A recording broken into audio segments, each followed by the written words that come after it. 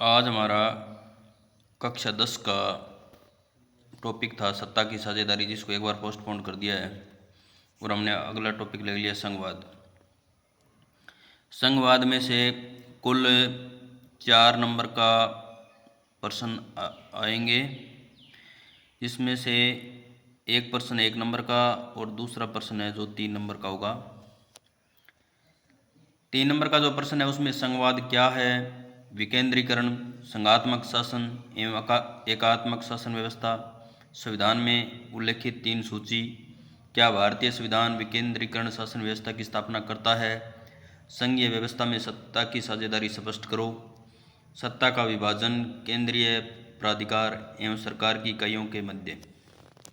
तो ये प्रश्न है जो 3 नंबर के आ सकते हैं।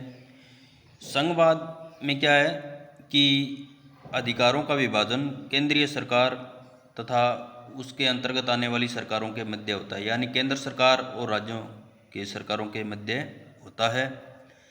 और इनमें अधिकारों का विभाजन स्पष्ट रूप से करने के लिए भारतीय संविधान में 3 प्रकार की सूचियां बनाई गई है, केंद्रीय सूची, राज्य सूची और समवर्ती सूची। केंद्रीय सूची के जो विषय हैं उस पर केंद्र सरकार कानून बना सकती है, राज्य सूची के जो विषय है उस पर राज्य सरकार कानून बना सकती है, और समवर्ती सूची है उस पर दोनों ही सरकारें कानून बना सकती है, लेकिन विवाद की स्थिति में केंद्रीय कानून है जो मान्य होता है। अधिकारों का इसके अंदर स्पष्ट विभाजन है, यही संघवाद है।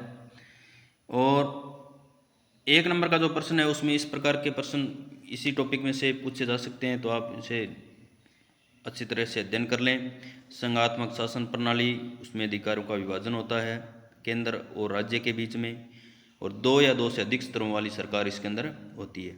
अनुच्छेद 371 के तहत असम, मिजोरम और नागालैंड को विशेष शक्तियाँ दी गई थी, और अनुच्छेद 370 के तहत जम्मू कश्मीर को विशेष राज्य का दर्जा दिया गया था। इसे अनुच्छेद 370 को केंद्र सरकार द्वारा हटा दिया गया है। संयुक्त राज्य अमेरिका 7 आकर संघ बनाने का उदाहरण है, ये प्रश्न कई बार पूछा गया है। 7 आकर संघ बनाने का उदाहरण निम्न में से है, संयुक्त राज्य अमेरिका है। और संविधान की व्याख्या का अधिकार सर्वोच्च न्यायालय के पास संघवाद में या संघात्मक शासन व्यवस्था में होता है। केंद्र और राज्य के मध्य विधायी अधिकार 3 हिस्सों में बांटे जाते हैं, जैसे अभी आपको मैंने बताया, केंद्रीय सूची, राज्य सूची और समवर्ती सूची के अंदर अधिकारों का स्पष्ट विभाजन इसके अंदर किया जाता है। भाषा के आधार पर गठित होने वाला राज्य था आंध्र प्रदेश। और अगला हमारा पाठ है 15वां, जाति, धर्म और लैंगिक मसले। यह पाठ भी 4 नंबर का है, जिसमें एक वस्तुनिष्ठ प्रश्न है, एक अति लघुरात्मक है और एक प्रश्न है वो लघुत्रात्मक है, यानी कुल 3 प्रश्न इसके अंदर से आएंगे।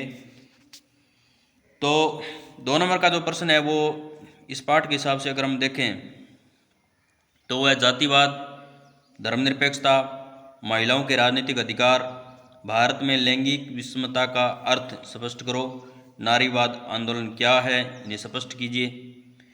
और 1 नंबर का जो प्रश्न है, जैसे नॉर्वे, स्वीडन व फिनलैंड में सार्वजनिक जीवन में महिलाओं की भागीदारी का स्तर बहुत ऊंचा है।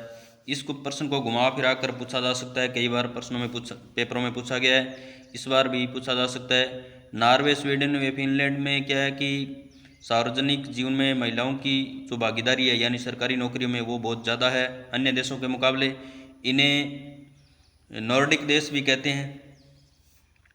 भारत एक धर्मनिरपेक्ष राज्य है, ये आपको पता है, धर्मनिरपेक्ष देश है जहाँ सभी धर्मों का सम्मान किया जाता है। हमारा जो देश है वो पड़ोसी देशों की तरह, जैसे बांग्लादेश, पाकिस्तान की तरह इस्लामिक यानी धार्मिक देश नहीं है। हमारा देश है वो धर्मनिरपेक्ष देश है। प्रत्येक 10 वर्ष बाद हमारे देश में जनगणना होती है। सामाजिक विभाजन वो जन्म पर आधारित होता है।